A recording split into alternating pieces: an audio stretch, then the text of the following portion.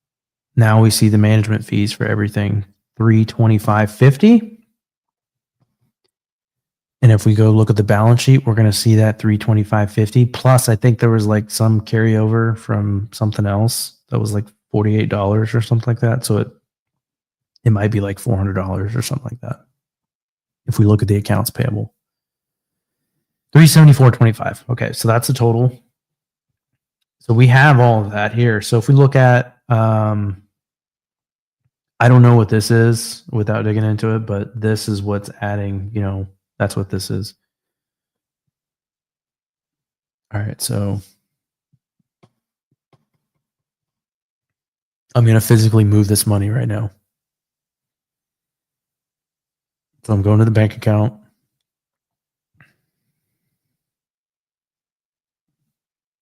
I'm literally doing this in real time. So I'm going to pay myself. So you can see it. $325. Ooh. How do I want to do this? Here's the problem. I know what I'm going to do, but I'm just going to tell you the problem. If I move this money at $325.50, one-time charge right here, which is what I'm going to do right now. I guess I didn't like that. June property management fees. I think paid to myself. Cool. Done. I think Turbo Tenant, or REI Hub, is like so fast.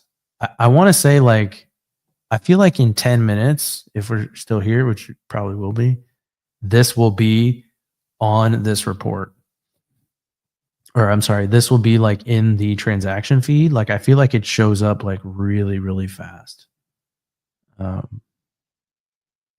Which is crazy. So it probably isn't here like right now, but we'll see.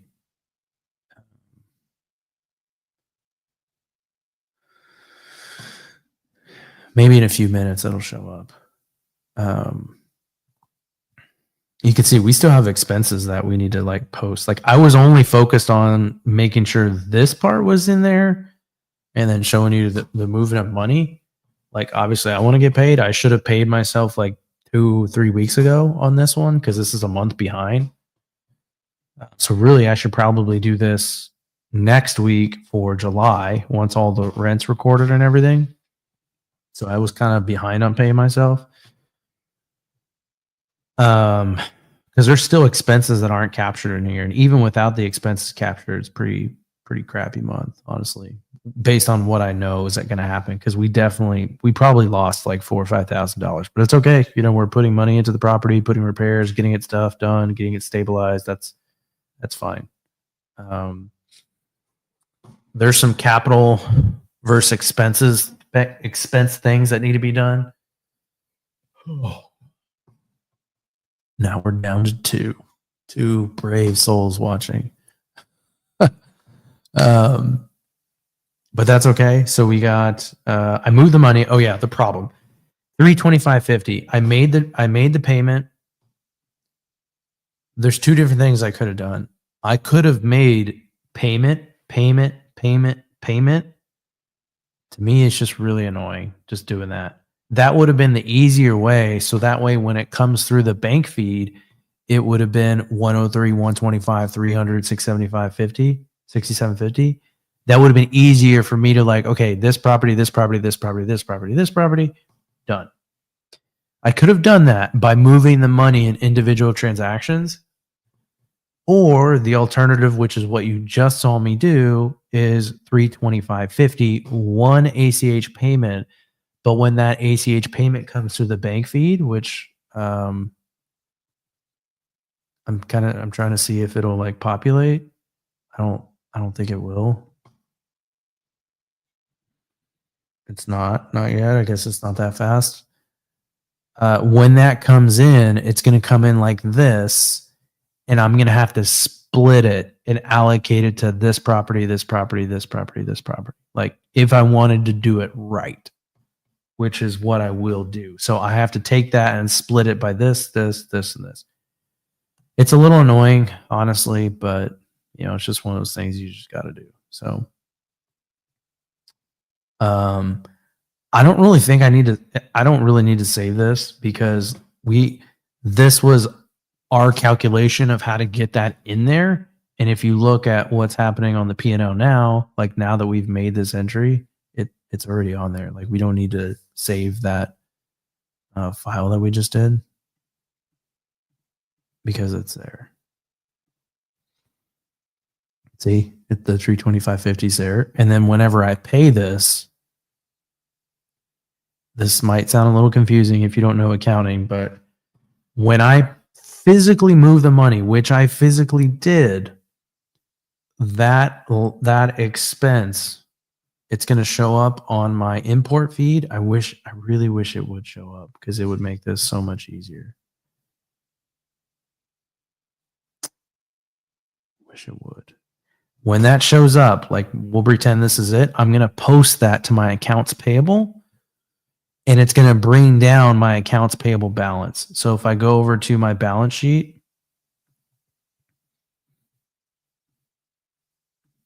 and I run my balance sheet here, where is it at? There's a lot going on here.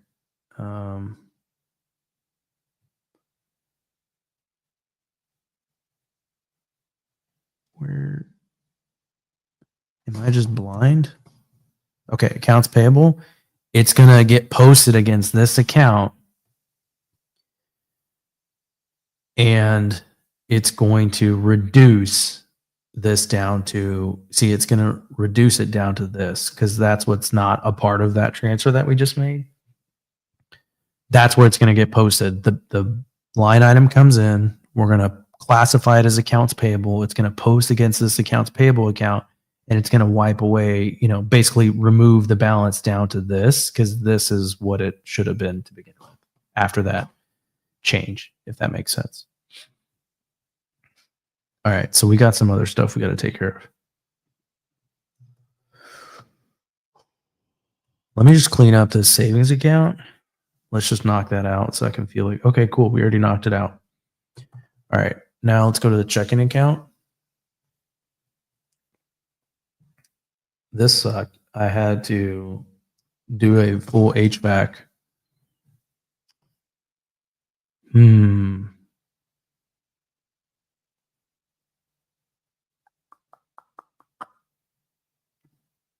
a little concerned. Where did the rest of the money go? Because I know I paid him a whole lot more than that. Okay, here it is. What in the world happened to this? Oh, it looks like... Okay. It looks like I already did this earlier, so... I got to go through my text messages to figure out what the total cost was, and I'll kind of break this down.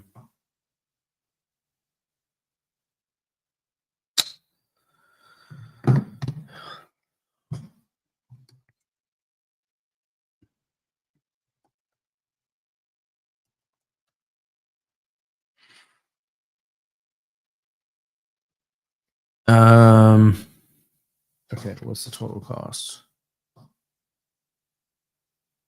I gotta write this out so like I can like visually see it.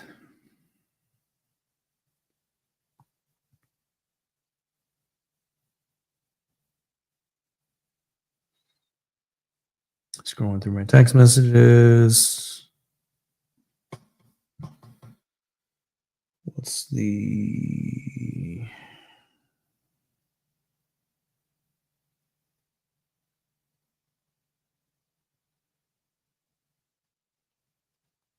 Okay, so he said the total was 6,900 as the estimate for both HVAC, AC, And then he said, if we go with just the furnace, it would be 3,400.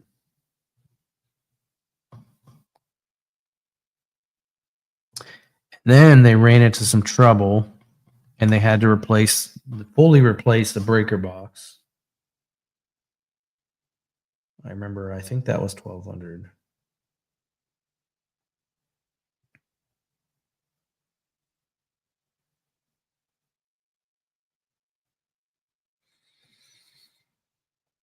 Honestly, from an accounting perspective, so the rest is from the AC 15. Oh, 1,500 for the breaker box.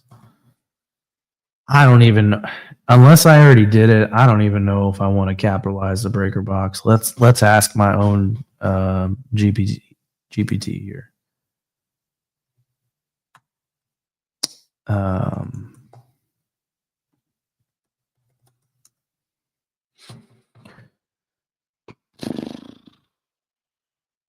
All right. I had to replace the breaker box at a property. It cost 1,500. Should that be capitalized or expensed?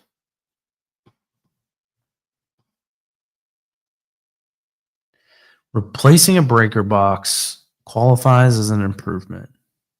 That's so annoying. Depreciated over 27 and a half years. You can argue it's a repair. Simply wear and tear. Higher capacity, modernized. I mean, hopefully the IRS isn't watching this. If we're being honest, it's probably an enhancement, but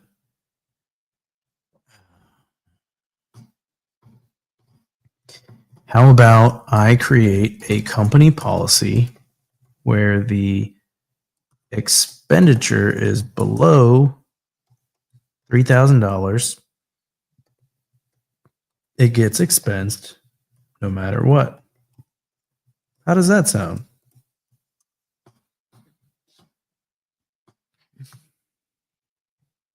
Cool. Just threw out my idea out the window.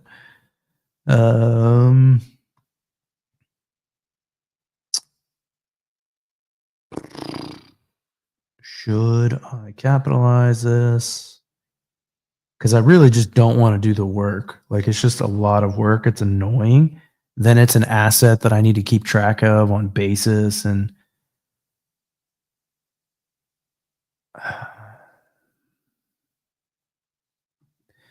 can I just throw it on the cost of the furnace and call it a day?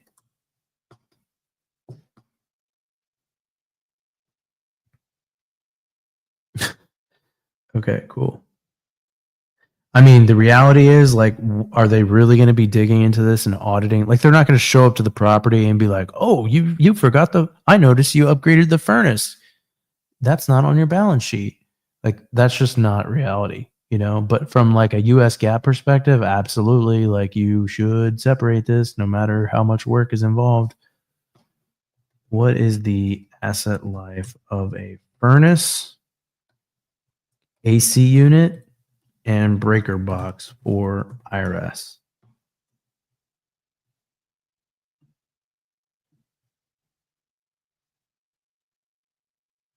I want to ask ChatGPT that too.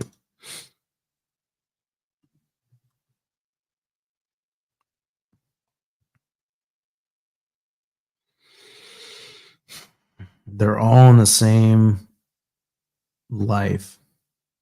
It's so freaking annoying. I'm already doing it, so I might as well just do it. Okay. All right, so this is what he said was the total. This is what he said was the breaker box. And this is what he said the AC, or I guess the difference would be. Okay, so this is going to be confusing. We're going to back our way into the AC unit cost. So we paid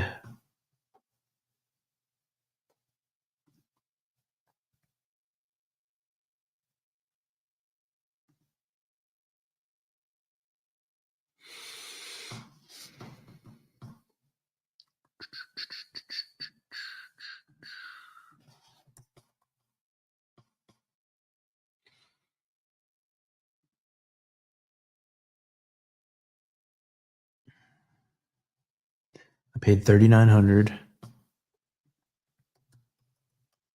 to finish it. That was the last payment. And then I paid a $4,500 deposit.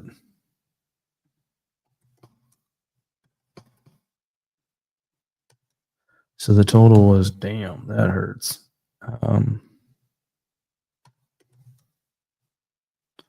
That was exactly what he said it would be. Okay.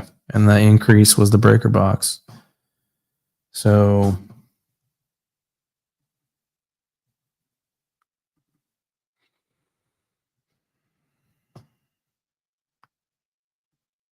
I was going to say, I felt like he stuck it to me on the AC, but I forgot it came with there was an option to upgrade for the cage, like to get a cage so it doesn't get stolen for $500. So now it's like, oh yeah, if four grand, that's a pretty good price because the 500 was the cage. So I'm definitely not separating that out. That is part of the asset. It is totally called that. So wait, what? Hold on one second. Okay, so I paid $3,900 and $4,500. $3,900, $4,500. The total was $8,400. That's the total, all in total, what I paid. This math is not mathing. Wow, this actually, I think this is ended up being a lot cheaper then. Okay.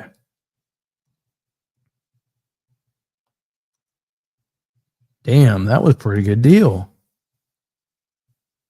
Especially with that 500 being the cage, like that's legit. Yeah, my guy took care of me on that one. Okay, let me just double check. I didn't like pay him something else, and like that was the total. I'm pretty sure that like that was the total. Okay, cool. Okay, so that's the all-in cost. That's what I need to split. Then we need to figure out what I already did. So it looks like, because I already handled the other one.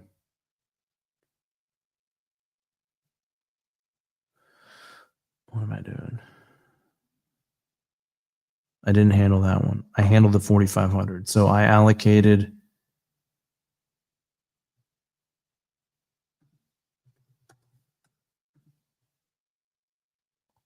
$2,250 to the furnace, and I allocated $2,250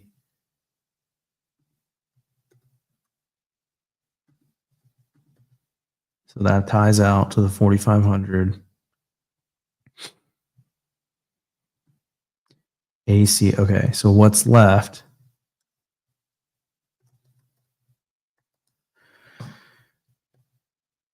We got $1,250 here, $1,150 here, and then the $1,500 here, and that ties out to the $3,900. This should be $3,900. Wait, where's that?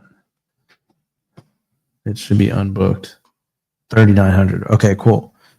So that's the $3,900. That's what that needs to be allocated based upon this. So these two are already created. So I just need to allocate that. And then the third one, fixed asset. So we're going, okay, we got to split this. Split it. We need to split this 3 different ways. So we're going to split this 1050. We're going to split 1250. We're going to split 1500.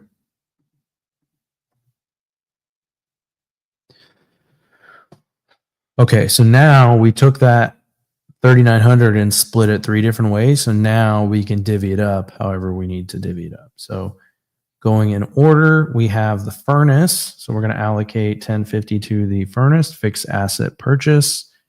We have, that was,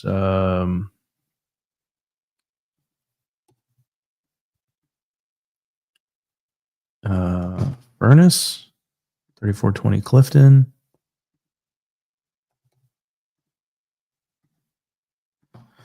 Okay. So 1150 furnace allocation. Good to go. Save. No.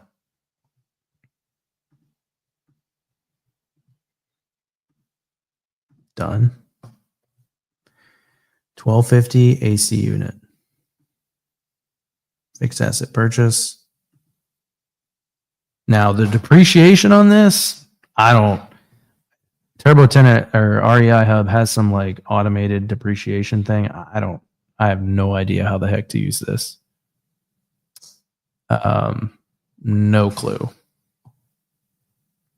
Wow, it's almost 1 a.m. Okay, 1 a.m. I'm calling it quits. Feel like that's a gangster marathon session. Pace would be proud. He'd be proud. Okay, we're definitely for sure finishing this entry. 1250 AC unit.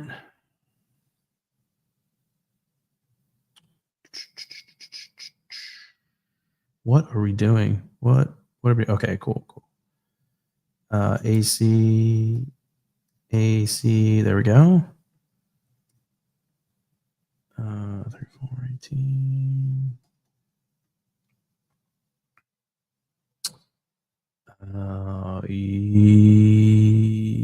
That's the 1250. Yep. Okay. Cool. Done. Okay. Now we have the 1500.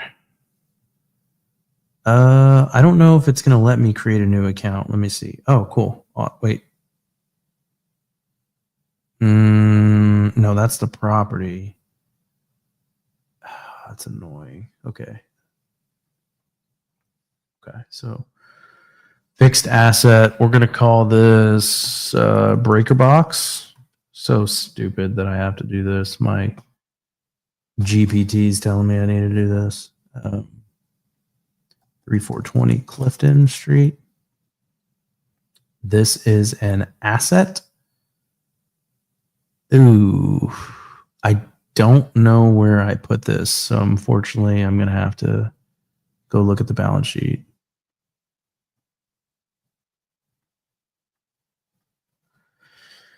Okay, I'm going to look at the assets. It looks like I have this dude floating out there by itself. And then the furnace. I hate how it's separated like that. Ugh. That's my OCD in me is kind of tweaking me out. I don't know what I'm going to do with that. I'm just going to leave it. That's fine. No, it's not fine. The problem is that I have to fix this. I think there can't be any entries in here whatsoever in order to like reclassify this. I'm going to try it. Let's see. I'm just going to call this grouping upgrades.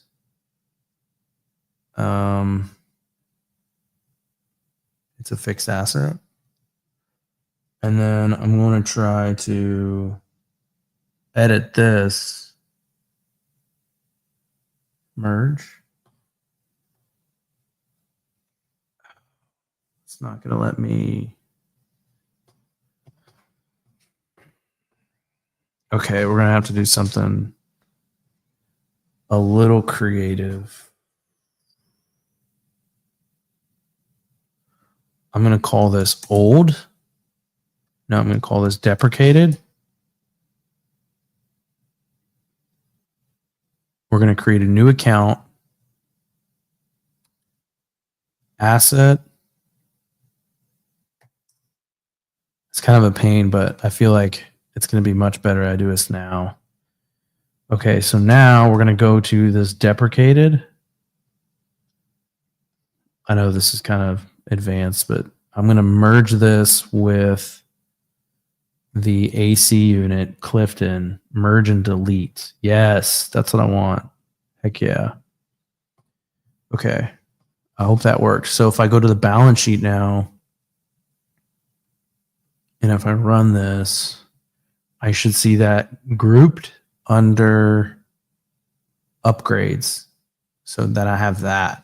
Yeah, I like that better. Okay, so now I need to pull this guy, this furnace, and do the same thing. So I'll slow it down a little bit. So this furnace, I can't move what's in here. Luckily, there's not a ton, but it doesn't matter. It won't let me create, like, really the problem is I need this account to be a sub account owned by the upgrades, because I want it pointing to the upgrades so that way I can categorize it in that upgrades bucket, because I didn't like how it was like spread out. It won't let me do that. So I need to save this, basically create a brand new account.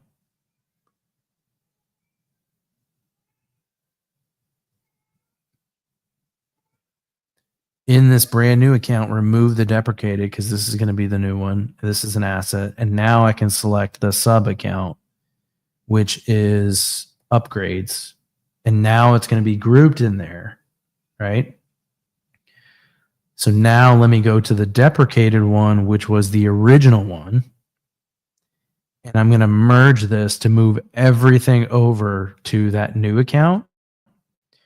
And when I move all that, I'm going to delete the deprecated account. So that's gone. And then now when I go back and run the report, we should see that entire balance in the upgrade account, upgrades category, just to clean things up on the balance sheet. So like when I'm looking for, okay, cool, upgrades, this is what upgrades we've made. And I can rename it later to something else, something more official. But I just wanted it there. So now I'm going to do the same thing for, I'm glad I did that. That was cool. This is a lot harder to do in QuickBooks. I feel like this did a much better job here in REI Hub than QuickBooks did. So I'm going to put breaker box here. That is an asset, and we're going to do upgrades. Cool. So now that's going to be in there too. So now when I go back to my import feed, go back to this transaction. So this is what we wanted to do. Fixed asset purchase. I'm going to do this. Then we're going to go to breaker box. Boom. We got that done. So now we can do our thing here. Perfect. Voila. So now if we go to the balance sheet, we're going to see all three. And the total is going to be 8,900, I think. Or is it 8,400? So 8,400, AC unit, breaker box, furnace, 8,400. Boom. So now we need to worry about the, what time is it? 12:50. We need to worry about the depreciation. I have no idea how this works inside REI Hub, so I'm going to have to poke around and figure out what that looks like. So fixed assets, maybe. So we got in here. I don't remember what I bought this property for, so don't know if that's right or not, but we at least can look at this. Account balances, so that's right. We know that's right. This has got to be right because this I split it out. Like there's no way that REI Hub can split out the land, so this has to be right because I would have allocated the cost basis to building and land, and like someone would have had to do this. So I know this is probably right. So those are the three. Breaker box. So I don't know how this add depreciation. Okay, cool. Select the date range REI Hub. You should this year. I'm like very scared to like depreciate.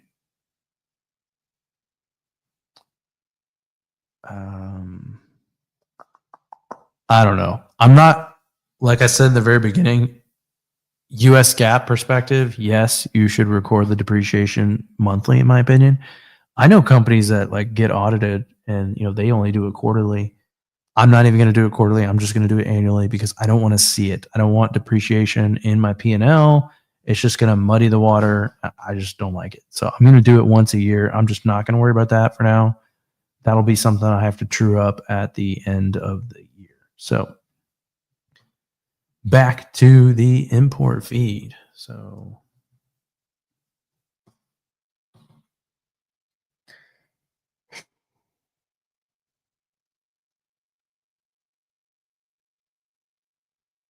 I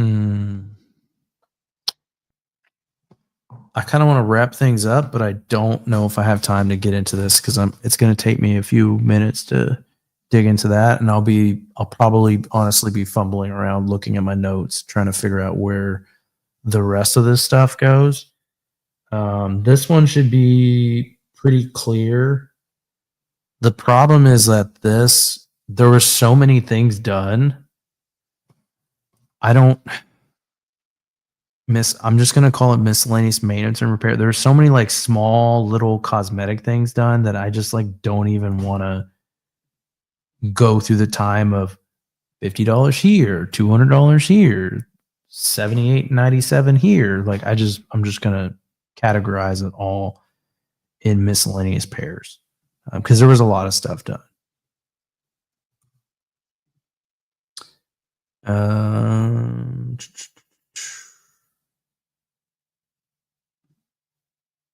I do need to check the unit.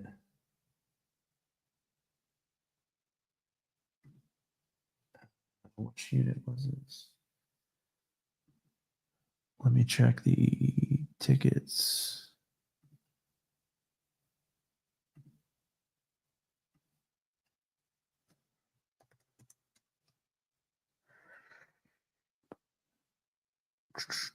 Okay, let's check the tickets. Where was all this maintenance stuff done?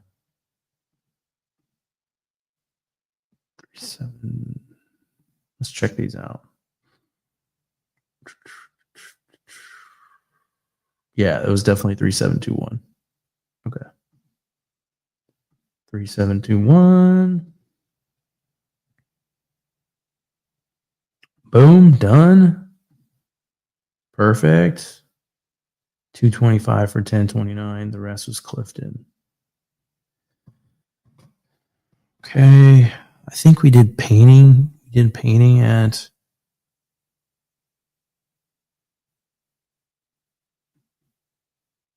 let's see. All right, we're going to split this. Did it say 220 or 225? 225. And see, when I sent this ACH payment, I just put that little note there for myself so that way I knew what it was.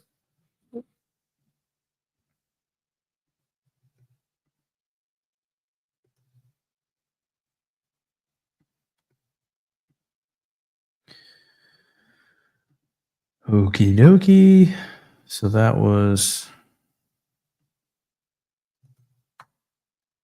painting.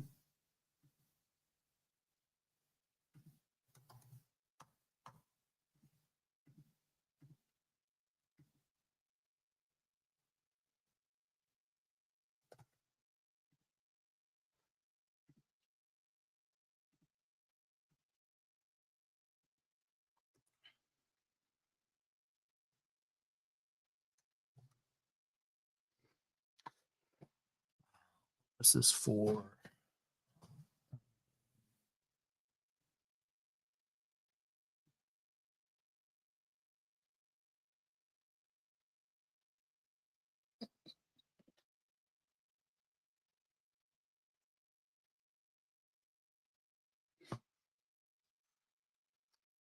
man, I feel like I can't remember if the cleaning was done this month or the month before. I'm gonna have to look at the P&L. I should have took better notes. There was so much going on this property. I can't remember which one was which. That's not good. That needs to be cleaned up. last month.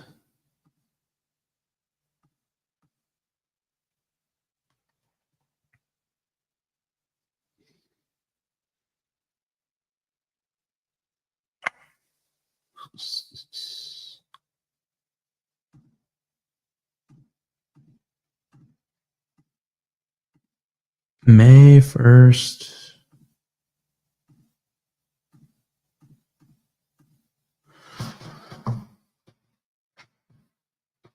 Well, that's not right.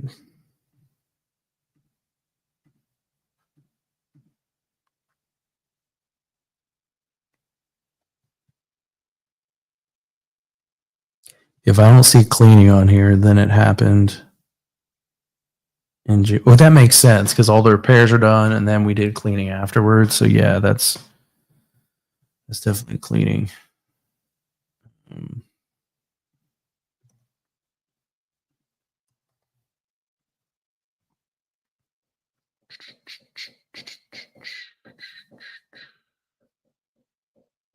I gotta split this again.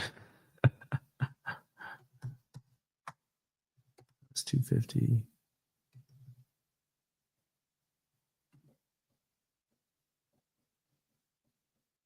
This was like miscellaneous handyman stuff. And this is cleaning.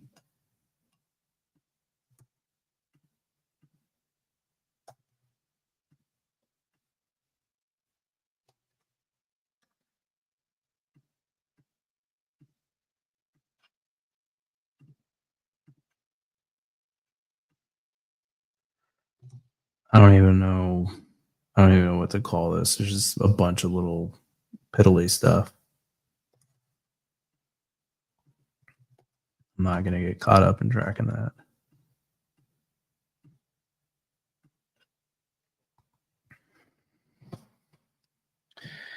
I feel like the majority of this was capital. That's a pretty big amount that I'm definitely gonna need to split into that. And then the 33rd Street. Yeah, I'm gonna have to dive into that more. I'm not gonna do that today. And then I don't know where this pest control was.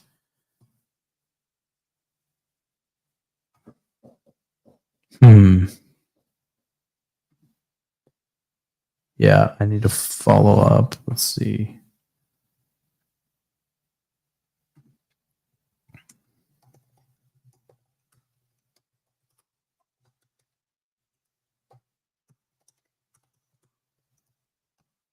That one I don't know. I'm going to need to follow up on that one. All right. It is 12:59. Well, I'm at 6:28. I feel like I need to make it to 6:30. So we got, all right, stay on for 2 more minutes, and then we are calling it a night. Did not get as much done as I wanted to on the actual, like, doing the work thing, but hopefully went over a lot of good stuff today on just general, like, learning, stuff like that. Trying to think. If people liked this, I might do another session some other time. Maybe next week. I don't know, because I'm definitely not caught up. I mean, there's a ton of stuff that I did not get caught up on. I feel like I definitely made some good progress. So this could be like a foundational call of, hey, if you really want to get nitty gritty, like step by step, watch this 6.5 hour call.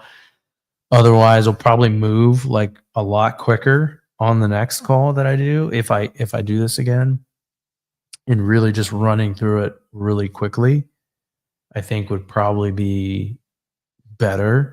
And what I could even do is kind of roll this into, like, how do I package up the results and show this to the team on, the monthly performance, and give an overview of what we're doing, that kind of stuff. But yeah, other than that, I think I am going to call it a night. So I found the one person watching, Chris. I was wondering who that one. Oh, now there's 3 people watching. The problem is when the number goes up, I feel like I need to keep going, but I appreciate your comment. Thank you. If there's anything that you wanted to see that you thought was missed, just hit me up on Facebook or Instagram or YouTube, whatever. Probably not YouTube. YouTube's probably not like the greatest conversational platform, but yeah, hope you enjoyed it. And it's 1 a.m. my time, so I am gonna get to sleep, and I'm gonna have to keep knocking this stuff out, but I don't think I'll work on it tomorrow morning. I'm just gonna get some rest and call tonight. But thank you, everyone. I appreciate you, and thanks for sticking around. See you next time.